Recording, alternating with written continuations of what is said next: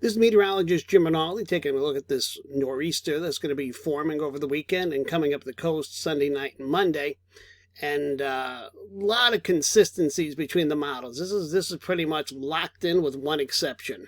And this is Saturday morning at 500 millibars, and we have one piece of energy here, another one coming down basically to feed it and give it some strength. And look at here, though. This is the GFS. This is the European. This is the NAM, and this is the RGEM. Remarkably similar. I mean, there's almost no difference whatsoever. So now let's go ahead to, we'll go to 18Z on all the models. Oops.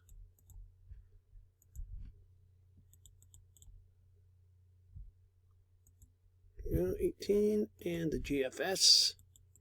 Go to 18, and we still have little bit slower on the NAM, but pretty much identical again through the period. Go to 0Z Sunday, and we're going to start this at 0Z. We're going to start to see some differences occurring. And, well, actually one difference. Like I said, there's one model in particular that is kind of the odd man out. So here we have, this is 0Z Sunday, 7 o'clock Saturday evening. And again, there's a GFS, that's a European. I mean, they're interchangeable at this stage. The NAM is pretty much in lockstep, and the RGEM is as well. Pretty much, but there's a slight difference here.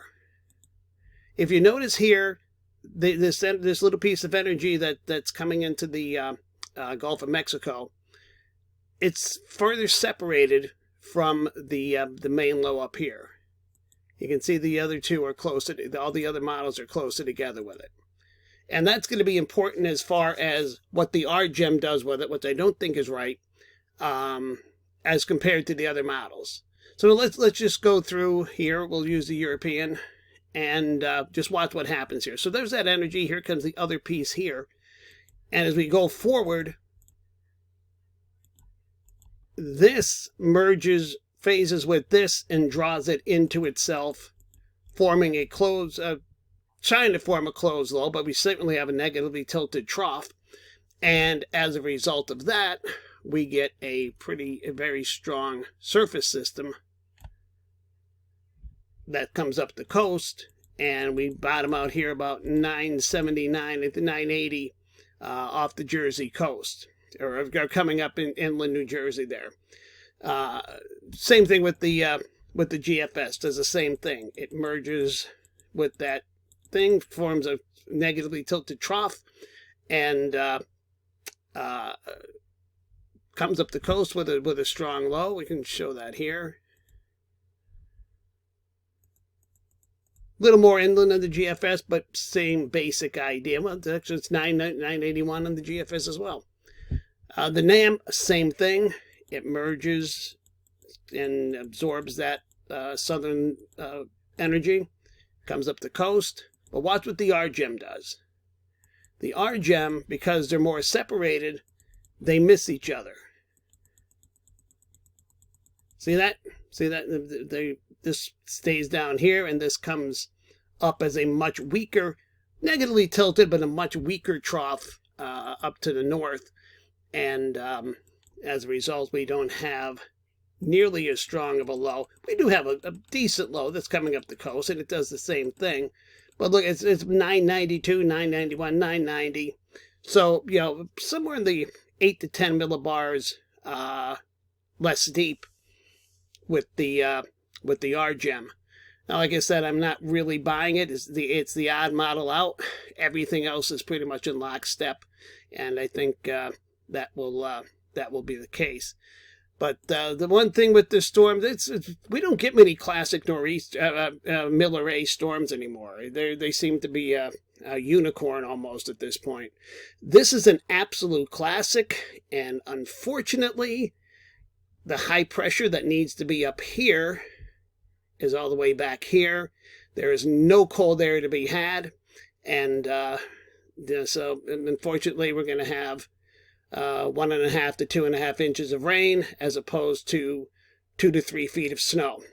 But hopefully this will maybe spark a change in the pattern. We do have a chance of some snow showers coming in as we head into Monday night and Tuesday. And that's, let me get this.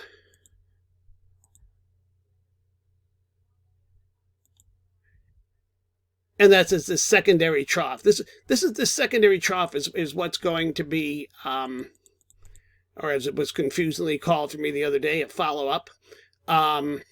This is what's going to kick this up the coast to negative. This digs in, and so this has to come north. What goes down, what goes up. You can watch that secondary trough come across then, and bring some snow showers, Pennsylvania, New York State, into parts of New Jersey. I'm not expecting much, but it'll maybe whiten the ground in some places here and there if it's a heavier squall. It is going to be windy as well. I don't think it's going to be nearly as windy as the NAM is showing. But it will get windy. Along the coast, the NAM could be closer to reality. But I think inland, we're looking more at here. They'll show you this is the highest wind gust for the entire event, and so that's the go up a little farther here. There it is. So that's the highest wind gust for the entire event as far as, well, let me get the northeast.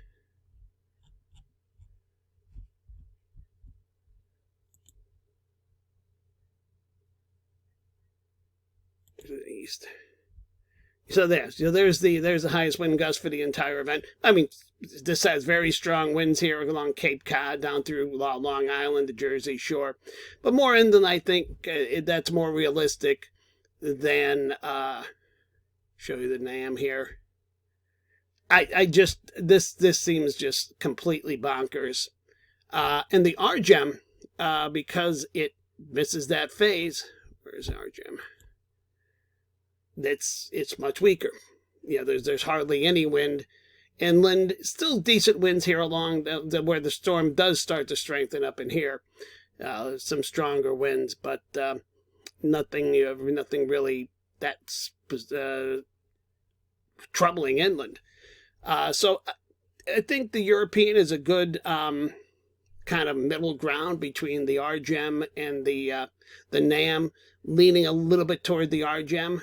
And so I think, like I said, that's the idea I'm going with as far as the wind goes. Just put the European back up here as a reminder what that looks like. I think this is a good depiction of what we'll see.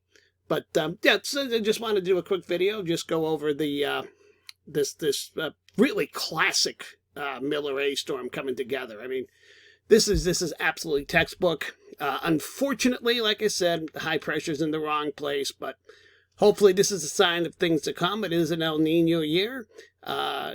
Miller A's tend to be a little bit more frequent in El Ninos, so hopefully this is a sign of things to come, and we'll have some cold air in place for some of the future ones. I'm meteorologist Jim Rinaldi. That's a look at the storm for the weekend of December 16th and 17th into Monday the 18th.